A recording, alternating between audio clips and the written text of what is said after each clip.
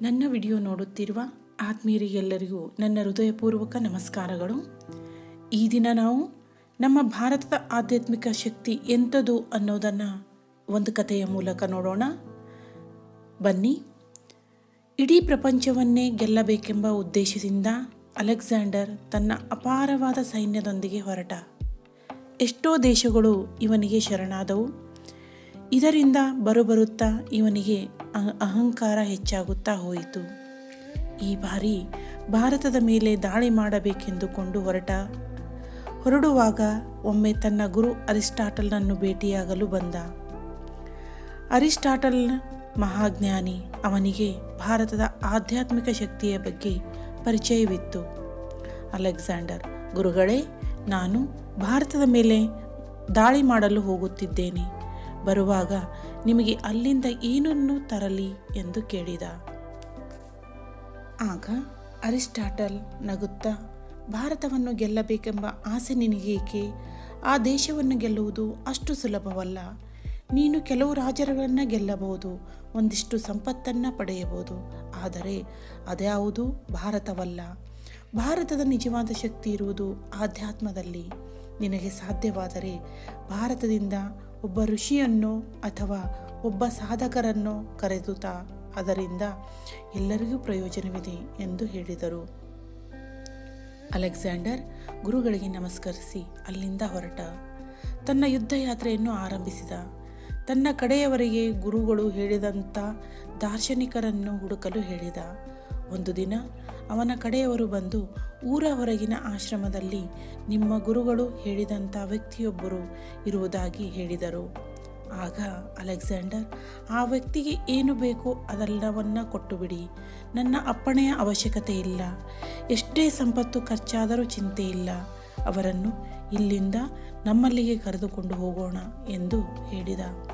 ಒಂದು ವಾರದ ನಂತರ ಅಲೆಕ್ಸಾಂಡರ್ನ ಮಂತ್ರಿ ಬಂದು, ನಾವು ಎಷ್ಟೇ ಪ್ರಯತ್ನಿಸಿದರೂ ಆ ಸನ್ಯಾಸಿ ನಮ್ಮ ಯಾವ ಮಾತಿಗೂ ಆಸೆಗೂ ಒಪ್ಪುತ್ತಿಲ್ಲವೆಂದು ತಿಳಿಸಿದ. ಅಲೆಕ್ಸಾಂಡರ್ನಿಗೆ ಈಗ ಕೋಪ ಬಂತು.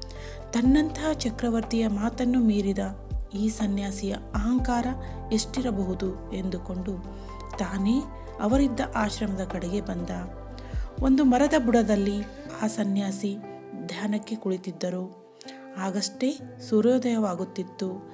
ಸನ್ಯಾಸಿ ಸೂರ್ಯನಿಗೆ ಮುಖ ಮಾಡಿ ಕುಳಿತಿದ್ದರು.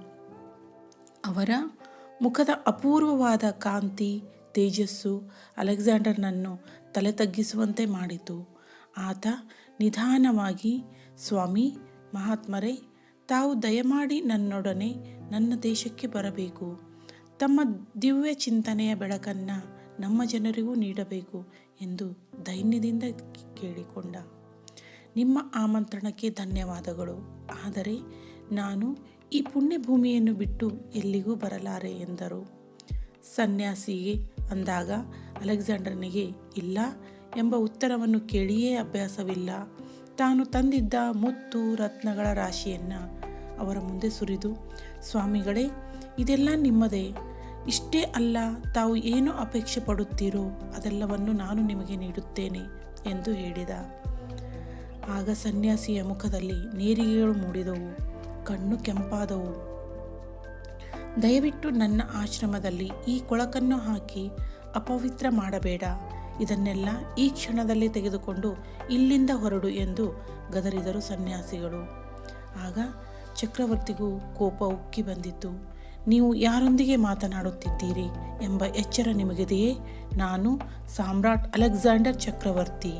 ನಿಮ್ಮ ಈ ಉದ್ದಟತನದ ಮಾತಿಗೆ ಏನು ಶಿಕ್ಷೆ ಕೊಡಬಹುದು ಎಂಬ ಕಲ್ಪನೆ ಕೂಡ ನಿಮಗಿದೆಯೇ ಎಂದು ಕೋಪದಿಂದ ಕೇಳಿದ. ಆಗ ಸನ್ಯಾಸಿ, ಅಯ್ಯೋ ಮಗು, ನನ್ನನ್ಯಾಕೆ ಹೆದರಿಸಲು ನೋಡುತ್ತೀಯಾ ನೀನು? ಹೆಚ್ಚೆಂದರೆ ಏನು ತಾನೇ ಮಾಡಬಹುದು? ಈ ದೇಹವನ್ನು ನಾಶ ಮಾಡಬಹುದು. ಅದು ಬಂದಿರುವುದೇ ನಾಶವಾಗಲು. ಆದರೆ ಒಳಗಿನ ಆತ್ಮವನ್ನು ನಿನ್ನಿಂದ ಮುಟ್ಟಲು ಸಾಧ್ಯವಿಲ್ಲ. ನಿನ್ನ ಕೆಲಸ ನೋಡಿಕೊಂಡು ಮೊದಲು ಇಲ್ಲಿಂದ ಹೊರಡು.